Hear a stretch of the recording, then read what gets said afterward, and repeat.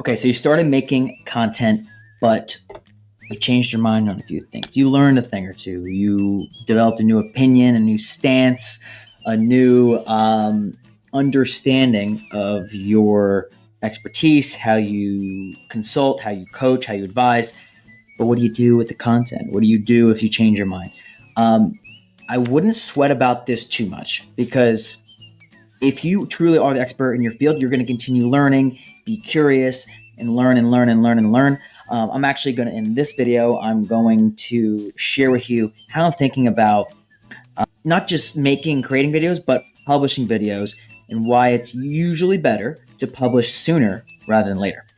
Okay, so how I'm thinking about it is, so for me, I run a video editing company. We do video editing, podcast editing, and publishing.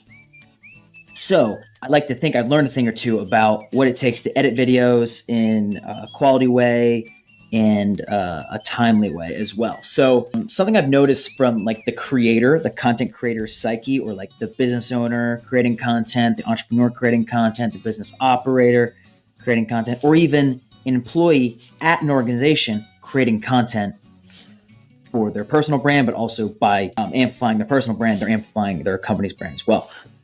Something I've noticed is that video editing can do a lot to kind of ramp up the level and the quality of the outputs that you're delivering to your audience.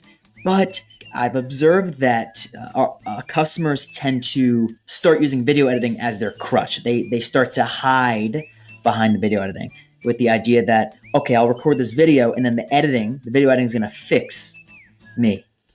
Or they say fix my video, but it almost sounds like they're saying fix me. So part of how I'm thinking about this, and I think it also helps with the challenge of how do you publish on more than one platform? How do you start building a bit of a content ecosystem, especially around video, given that video can be cumbersome, have a lot of nonsense admin tasks, and publishing can be a hassle if you're actively publishing on each platform. So what I'm thinking about with this is, regardless of how much video you're getting edited, I do think there's value in creating video that has little to no editing. Video that you publish actively, you publish yourself to remind yourself that even if someone's publishing for you, which I highly recommend if you're looking to create content for business purposes, because you can get inundated and overwhelmed or busy with other things in your business, that it's good to have some sort of systemization. I don't want to say automation, but like a kind of automating yourself in how you publish content, which will allow you to publish on more than one platform. I wouldn't sweat the more than one platform right away because chances are, if you haven't created content before, you actually don't really know your brand as much as you think. Because what's in our head, what we think is our brand in our head, it doesn't always come to fruition when we start talking. When we start using words that we think we should be using and they just don't sound authentic to us, they don't sound right, they don't sound this, they don't sound that.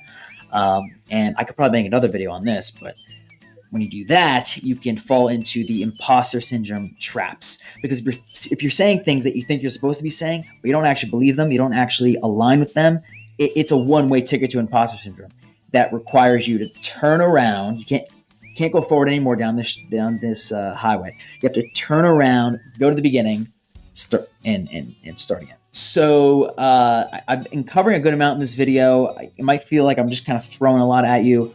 I would encourage you to either ask me some questions in the comments or send me a DM or just rewatch this.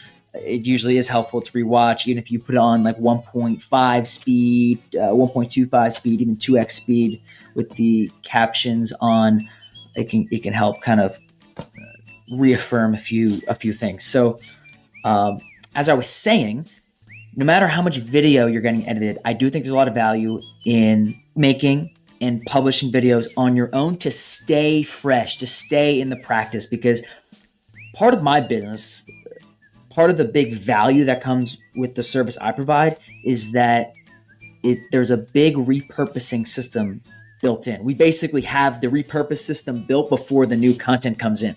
And by doing that, plenty of our customers, when they're away at trade shows, when they're away at keynotes, they're away on vacation, and if they're not getting a lot of new content there, which, by the way, if you're doing keynotes, great place to get content. Even if you feel like it's not perfect, ask someone in the audience, ask one of the event organizers to record you when you're speaking. But if you're not getting content, fresh content when you're on the road, out and about, having the repurpose element is really powerful, because it kind of takes the burden and the stress off of creating new and fresh content. However, to be the expert, and as I actually said in one of my other videos, is leaning into the idea of not just the expert, not just the entrepreneur, but like the visionary. To really lean into the idea of being a visionary in your space. There's things that as an entrepreneur you delegate out and you're really good at it. But as a visionary, I believe there's certain things that you choose not to delegate out, even though it'd be easy to. Even though it'd be easy to delegate out, to say, have your someone on your team or your assistant publish your content for you all the time. I do think there is value in publishing your own content on a semi-regular basis. So at the end of this video, I'm going to take you through a couple ways you can do that. So a good way to do this that I found is to use the Instagram app to record a video. And what you can do with that is you record your video, you record it in the mobile format, and you record it for as long as you want. A lot of these short form video platforms have allowed longer times. I think Instagram is a good place to start. I actually have two other options as well that I'll share with you. I think Instagram is a good option to start, though, because you can record your video, you have it, and then you go and you download that video. So now you have it on your phone to then upload to the cloud. So you have it backed up either in Vimeo, in Dropbox, Google Drive, OneDrive, insert cloud provider. But then inside Instagram, you can also go to the stickers option. You go to the stickers option, and then you go to the top left. It says captions. You click on that, and now you have captions burnt into the video. So now you can publish that video to Instagram. And then I should probably do another video on how you can use this one video from Instagram and share it to a few other platforms. But if I have a little time at the end of this video, I'll do it. But for now, I'm going to share with you the other two options you can use to get going with video. So I shared the one for using the Instagram mobile app. The two other options are the YouTube mobile app and then the Snapchat mobile app. So let's start with YouTube. YouTube, if you've heard, YouTube Shorts has been around for a fair while now.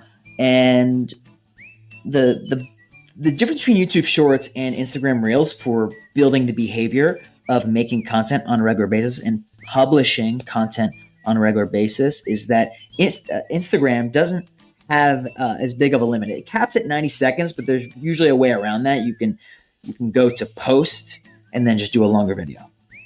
Very simple. So with YouTube, though, YouTube Shorts caps out at 60 seconds, and it has to be in the mobile format. What can be good about this is if you feel like, what can be good about this is when you have 60 seconds to speak on something, you might feel like you don't have enough time. But what it'll kind of incentivize you to do is to talk faster. And when you talk faster, your energy will go up. You'll get a little more excited. You'll get a little more into what you're talking about. And then you can keep delivering that value and in a shorter period of time.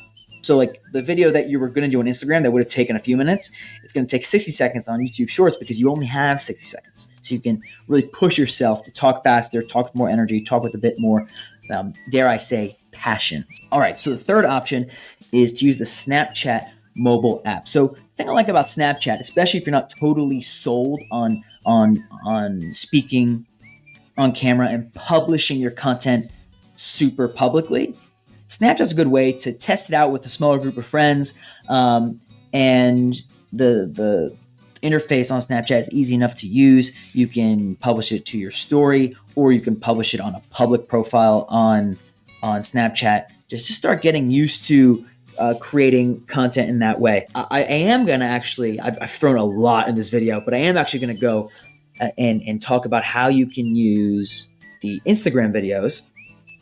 You can do this with YouTube too, but I'm recommending Instagram here. You can use those Instagram videos that I mentioned how to publish earlier, and you can use a variety of repurposing softwares to extract the video from Instagram and share it on other platforms. So For example, with Instagram, you published it onto Instagram and you added the sticker, which is the captions. You can use a software called repurpose.io to extract your Instagram videos and send them to another platform. So you could send them, for starters, you could send them to LinkedIn. So your Instagram videos, every time you upload to Instagram, you can have your videos upload to LinkedIn as well. That's one option. I think that's probably the most seamless option of the options I've used with repurpose.io.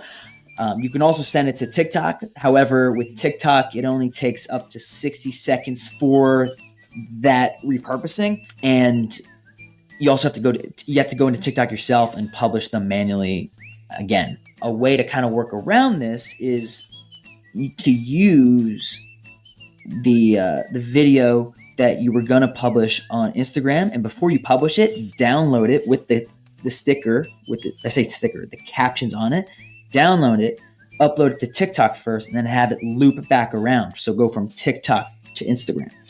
Now, I know this might sound really confusing, and it's totally okay if it does. If you're interested in learning more about this, me and my team could do this for you. But I want you to at least have information first. You can start to wrap your head around what you want to get started with, how you want to get started, not just getting your videos edited, but also how you want to start publishing new and fresh content on your own on a semi-regular basis with a little bit of cadence. And I hope this video is helpful for you. If you have questions, totally awesome.